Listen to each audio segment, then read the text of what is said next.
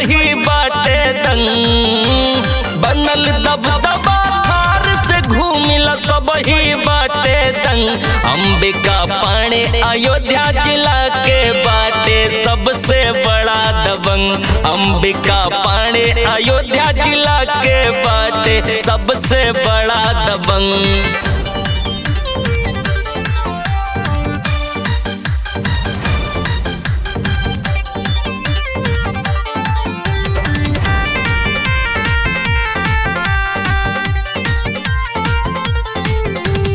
घर में चलेला 10-20 गाड़ी, करेले फार्चूनर के सवारी।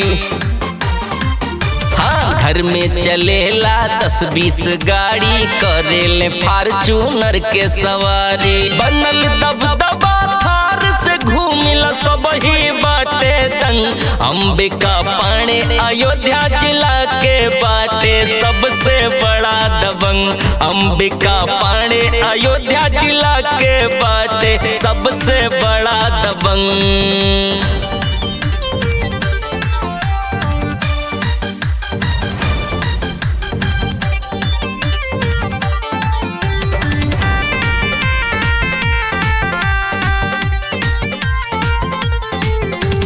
कुमारगंज में सबके चहेता, आगे चलकर बनेंगे नेता। हाँ, कुमारगंज में सबके चहेता, आगे चलकर बनेंगे नेता। बनल दबदबा थार से घूमिला सबही बाटे दंग। अंबिका पाणे अयोध्या जिला के बाटे सबसे बड़ा दबंग।